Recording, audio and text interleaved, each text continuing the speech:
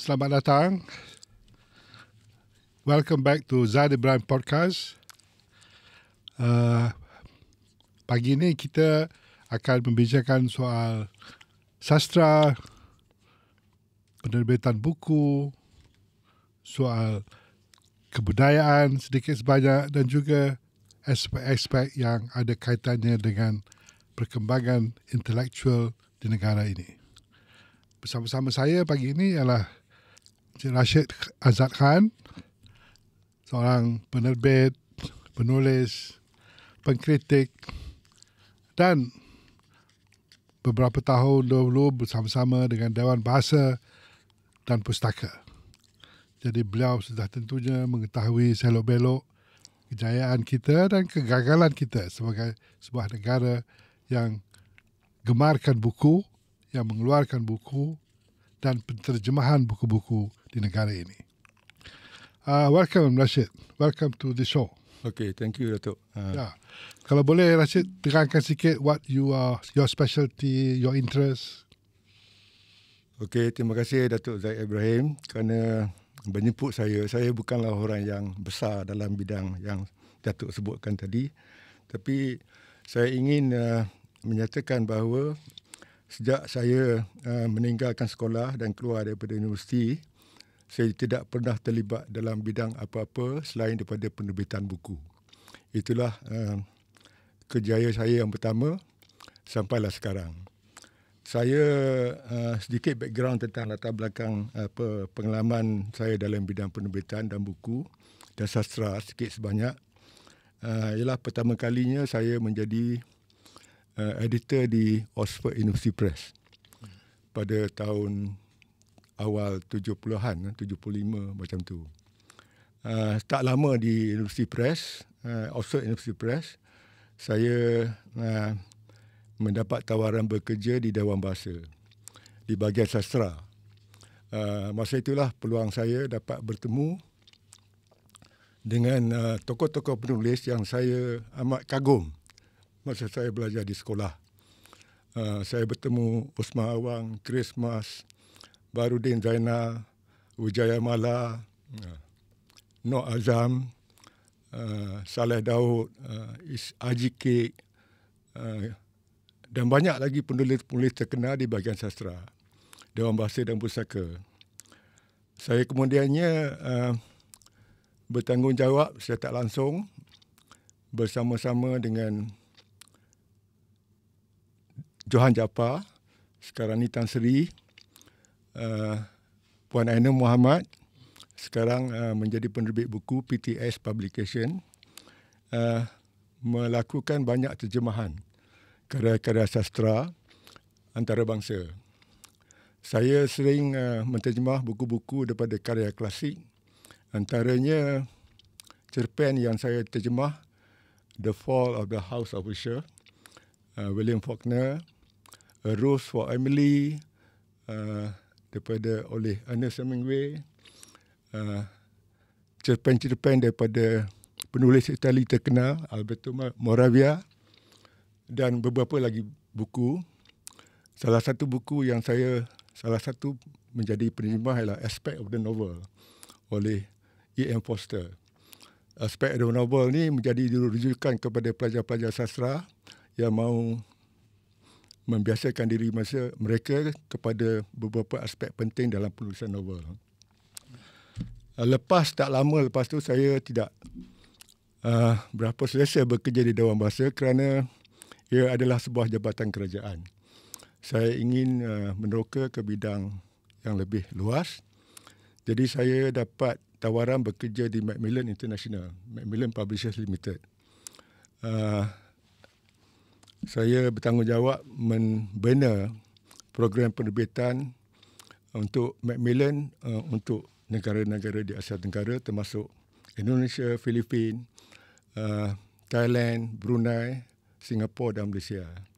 Jadi pada masa itulah saya berpeluang untuk melawat dan mengenali beberapa penerbit terkenal di Indonesia, di Thailand, di Singapura dan di Filipina.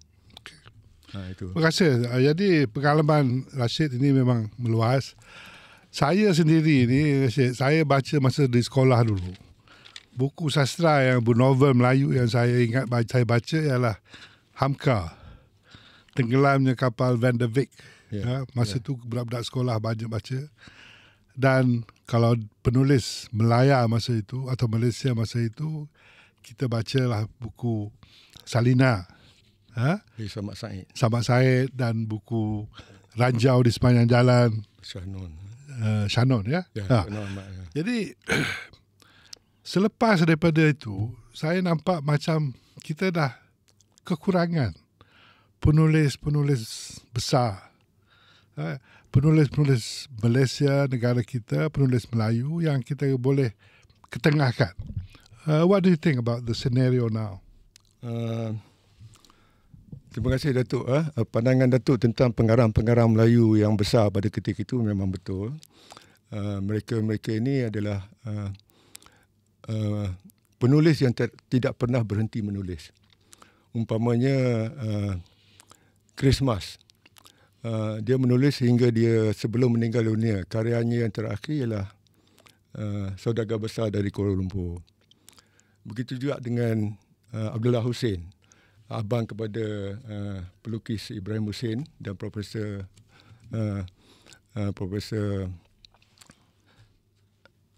apa lupa nama dia, Ketua Satu Gapena, Ismail Hussein. Dia menerbitkan buku melalui satu pertandingan yang saya kendalikan semasa saya di Utusan Melayu, dengan tujuan untuk menggalakkan munculnya karya-karya besar di kalangan sastrawan Melayu melalui satu peraduan menulis novel. Peraduan penulis novel itu adalah menawarkan hadiah paling besar dalam sejarah peraduan penulis novel di Malaysia. Hadiah pertama RM30,000. Sebelum pada itu, Gapena menganjurkan satu peraduan menulis novel juga. Maka berjaya melahirkan satu novel besar juga di kalangan sastrawan Melayu, dalam sastra Melayu, Muttalib Hasan dengan novel Saga. Saga tu laku masa tu. Imam yang dimenangi oleh sastrawan negara, Abdullah Hussein, juga mendapat sambutan yang baik. Novel itu mengisahkan prinsip dan konsep antara golongan muda dengan golongan tua. Imam yang diwatakkan dalam novel Imam itu adalah seorang imam retired policeman, balik ke kampung, cuba mengubah suasana dan amalan agama di kalangan masyarakat kampung itu. Itu sedikit sebanyak cerita itu. Jadi soalan Datuk tentang mengapa penulis-penulis sekarang tidak dapat menandingi ketokohan-ketokohan yang telah dipelopori oleh sastrawan-sastrawan awal kita seperti Osman Awang, Abdullah Hussein, Kasim Ahmad, Ahmad Bustamam. Ahmad Bustamam juga selain daripada politik, dia juga seorang sastrawan dan berjaya menerbitkan beberapa novel pada masa itu. Saya rasa masalah yang berlaku ialah ada satu suasana yang kita sebut vacuum dalam bidang penulisan. Oleh kerana nama-nama yang disebut itu memang istimewa dan besar sumbangan mereka dalam dunia kesusastraan Melayu, khususnya kesusastraan Malaysia. Tapi penulis-penulis baru tidak dapat pengalaman yang besar untuk menghasilkan karya-karya besar. Kalau kita kaji penulis-penulis yang kita sebut tadi, mereka dalam proses kehidupan mereka, kalau kita kaji dia punya latar belakang daripada awal, mereka telah melalui beberapa peristiwa yang besar yang turut dirasai dan mereka berjaya menggunakan pengalaman itu untuk menghasilkan karya-karya yang baik.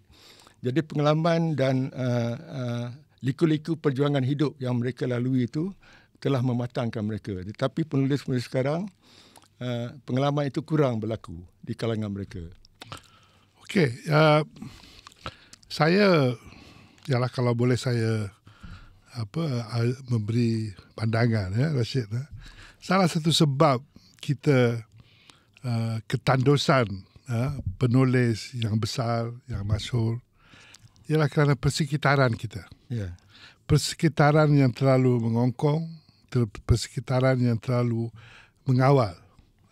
Misal sebagai contohlah, pada saya, universiti lah tempatnya kita membina watak, kita membina keilmuan, membina intelektual yang besar yang boleh mengeluarkan buku, penulisan itu dan penulisan ini. Tetapi dengan kawalan politik sejak tahun 70-an, kita ada AUKU. AUKU ni sebenarnya, dia orang kata tak ada menjejaskan kebebasan pelajar. Yalah, dia tak secara langsung tidak. Tetapi bila politik mengawal pelantikan profesor, pelantikan rektor, pelantikan chancellor, pelantikan itu dan ini, maka politik akan meresap masuk dalam fakulti-fakulti tersebut. Dan ini yang membawa kita kepada satu keadaan di mana bila tidak ada kebebasan, maka sukar untuk orang yang berwatak, yang mempunyai fikiran dalam untuk mencungkil pemikiran mereka. Mereka takut kena tahan, takut kena pecat, takut itu dan ini. Bolehkah Rashid ulas sedikit mengenai mengapa begitu kurang kita sekarang intelek-intelek yang menulis dan membaca? Begini Datuk, saya tidak meletakkan 100% kelemahan proses pengaryaan karya-karya yang bermutu disebabkan oleh sekatan-sekatan yang dilaksanakan oleh kerajaan. Contohnya AUKU dan sebagainya. Memang daripada satu segi kita melihat ia akan memberi kesan jangka panjang. Tapi kita juga mesti melihat pada masa AUKU ini telah lama dilaksanakan sejak zaman Engku Aziz sebagai profesor di Universiti Malaya. Waktu itu Anwar Ibrahim menjadi pelajar. Dan Anwar Ibrahim mempunyai segala macam kebebasan untuk berjuang pada masa itu. In fact, pada masa itulah dia memulakan landasan awal dalam perjuangan politik beliau sehinggalah beliau mencapai kejayaan pada hari ini sebagai Perdana Menteri. Oleh kerana keberanian yang dia berdemonstrasi pasal isu baling dan sebagainya, beliau ditahan oleh kerajaan di bawah IASA. Beberapa pensyarah lain juga turut ditahan, umpamanya Dr. Syed Hussein Ali. Dan ada satu lagi profesor daripada Universiti Malaya, Jabatan Geografi, saya dah lupa namanya. Tapi itu satu hal. Dari segi menghasilkan buku-buku, masih ada pensyarah-pensyarah yang terus berkarya pada masa itu walaupun ada kekangan kawalan daripada kerajaan, AUKU dan sebagainya, Akta Penerbitan dan sebagainya. Tapi pada masa itu kita masih dapat melihat beberapa karya akademik yang besar yang dapat ditulis oleh pensyarah-pensyarah universiti seperti Dr. Syed Hussein Ali. Umpamanya dia menulis satu buku yang penting dalam dunia penerbitan di Malaysia. Tajuk bukunya Malay Peasant Society and Leadership. Diterbitkan oleh Oxford University Press. Dan buku itu menjadi satu buku yang kontroversial dan disambut baik oleh pembaca, dan kerajaan tidak pernah mengharamkan buku itu. Profesor Syed Hussein Alatas sebagai orang kata cuba membangkang teori yang disebut oleh Dr. Mahathir dalam Malay Dilemma, menerbitkan buku The Myth of Malay, The Myth of Lazy Malays, The Myth of Lazy Malays pada masa itu. Jadi ada juga buku-buku yang diterbitkan, tapi tidaklah sebanyak seperti yang berlaku sebelum itu.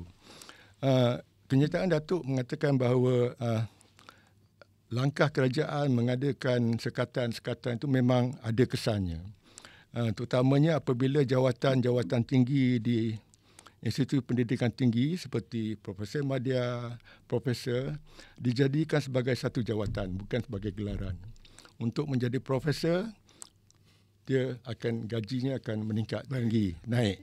Jadi di kalangan pensyarah, ini merupakan satu orang kata persaingan. Masing-masing berebut nak jadi profesor, berebut nak jadi associate professor, berebut nak jadi ketua jabatan, dekan dan sebagainya. Sehingga asas-asas yang sepatutnya diberi kelayakan dari bidang ekonomi ialah kalau di universiti luar negara, sebelum jadi profesor ataupun associate professor ataupun ketua jabatan di fakulti-fakulti yang berkaitan, mereka mestilah di backing oleh how many books you publish according to your discipline. Itu tidak berlaku secara meluas di Malaysia.